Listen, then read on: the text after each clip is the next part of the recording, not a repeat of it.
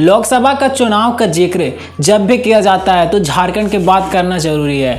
आदिवासी समाज को इस भूमि पर अलग ही तरह की राजनीति चलती है। संघर्ष तो इसके डीएनए में ही माना जाता है। इस समय तो वैसे भी जिस तरह से हेमंत सोरेन की गिरफ्तारी हुई है और चंपे सोरेन को सीएम पद का शपथ दिलवाई गई है, यह रात सबसे ज्यादा चर्चा का विषय बना हुआ है। हर कोई जानना चाहता है कि यहाँ की राजनीति कैसी है और यहाँ के मुद्दे क्या है। इसके पहले हम आपको बताते चलते हैं कि झारखंड में 14 लोकसभा सीटें हैं, जिसमें से 5 सीटें पिछड़े समाज के लिए आरक्षित है और 1 सीटें एससी समाज के लिए आरक्षित है। सियासी रूप से भी झारखंड राज्य को कुछ हिस्सों में बांटा गया है। हर हिस्से में किसी की अपनी राजनीति, अपनी जातिगत समीकरण रहती है। झारखंड की राजनीति को अगर देखें तो डेमोग्राफी के लिहाज से 5 डिवीजनों में बांटा गया है। वैसे तो राज्य आदिवासी बहुल है, लेकिन फिर भी अलग अलग डिवीजन में कुछ लोकल मुद्दे हावी दिख जाते हैं। तो चलिए हम आपको बताते हैं कि झारखंड के मुख्य मुद्दे क्या है, जिसे लेकर सभी पार्टियां चुनावी स्टंट में उतरे हुए हैं।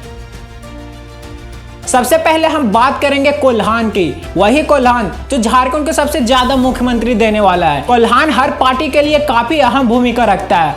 यहाँ से लोकसभा की 2 सीटें निकलती है। वही विधानसभा की 4 सीटें आदिवासी समाज की राजनीति यहाँ पे हावी रहती है और कुल 4 सीएम इसी कोल्हान से निकलते हैं। इसके बाद हम बात करने वाले हैं छोटा नागपुर की। झारखंड के इस इलाके से लोकसभा की 4 सीटें निकलती है। वही विधानसभा के 25 सीटें निकलती है। पिछले लोकसभा चुनाव में यहाँ भी सभी 4 सीटें पर बीजेपी ने जीत दर्ज की थी। इसके बाद आते हैं संथाल परगना। झारखंड के संथाल परगना से लोकसभा की कुल 3 सीटें निकलती है, दुमका, गोड्डा और राजमहल। पिछले लोकसभा चुनाव में बीजेपी ने यहाँ से 2 सीटें जीती थी। वहीं राजमहल में उसे हार का सामना करना पड़ा। विधानसभा के लिहाज से संथाल परगना में कुल 18 सीटें हैं। अब अंतिम में आता है दक्षिणी छोटा नागपुर। झारखंड के इस इलाके से लोकसभा की कुल 3 सीटें निकलती है, जो पिछले बार बीजेपी के कब्जे में गई थी। विधानसभा की बात करें तो दक्षिणी छोटा नागपुर 15 सीटों के साथ एक अहम गढ़ बना हुआ है। बड़ी बात तो यह है कि 71% आदिवासी की संख्या इसी इलाके से रहती है।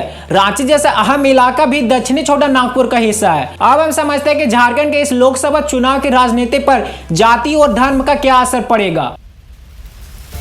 झारखंड आदिवासियों के नाम से ही जाना जाता है। आदिवासी मूल झारखंड की जातियों से अछूत नहीं है। यहाँ भी धर्म और जाति के नाम पर ही सरकार बनाई जाती है। हर पार्टी के एक खास वोट बैंक बना हुआ है और उसी के आधार पर हार और जीत लगी रहती है। झारखंड में ओबीसी समाज काफी निर्णायक माना जाता है। 55% के करीब राज्य में इसकी आबादी राज्य की सभी 14 सीटें पर उसकी अहम भूमिका रखती है। यहाँ भी कुर्मी समुदाय का वोट निर्णायक माना जाता है। भाजपा, झामुमो और कांग्रेस सभी के पास इस वोट बैंक का कुछ समर्थन हासिल रहता है। और अभी हाल में ही उभरी जयराम महतो की नई पार्टी, जिसका नाम पहले जेबीकेएस था, उसका नाम अभी बदलकर जेएलकेएम रखा गया, वह भी इस वोट बैंक का कुछ हिस्सा है। जब से पूर्व सीएम द्वारा ओबीसी समाज का आरक्षण बढ़ाकर 77% किया गया है, जमीन पर समीकरण बदले हैं। अब हम बात करते हैं आदिवासी समाज की।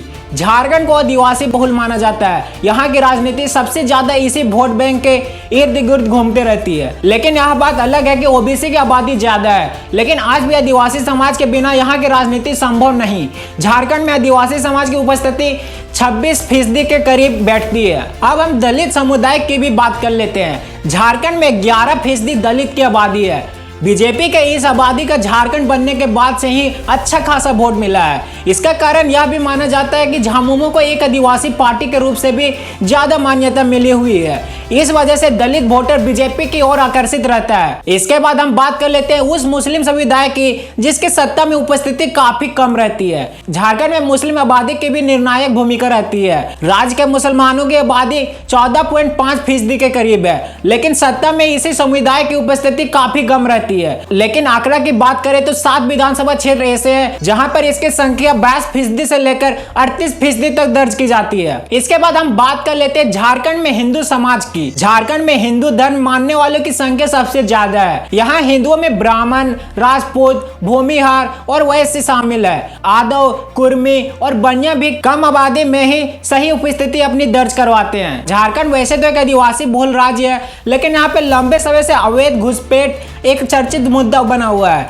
झारखंड में पलायन भी एक अहम मुद्दा बना हुआ है। राज्य से ज्यादा तादाद में युवाओं को बाहर जाना पड़ रहा है। झारखंड में नियोजन नीति, विस्थापन नीति, पुनर्वास नीति, स्थानीय नीति, 1932 खतियान आधारित नीति और भी ऐसे बहुत सारे चर्चित मुद्दे हैं जिन्हें राजनीतिक पार्टी लोगों तक रख रही है और अपनी चुनावी राजनीति में उतर चुके हैं। तो आज के लिए बस इतना ही। अगर आपको यह वीडियो पसंद आया होगा तो आप इस वीडियो को लाइक कर सकते हैं और अपने दोस्तों के साथ शेयर कर सकते हैं। अगर आपको ऐसा ही और वीडियो चाहिए तो आप हमारे YouTube चैनल को सब्सक्राइब कर सकते हैं और हमारे Facebook पेज को भी फॉलो कर सकते हैं। तो मिलते हैं अगले इसी तरह के और वीडियो में, तब तक के लिए जोहार।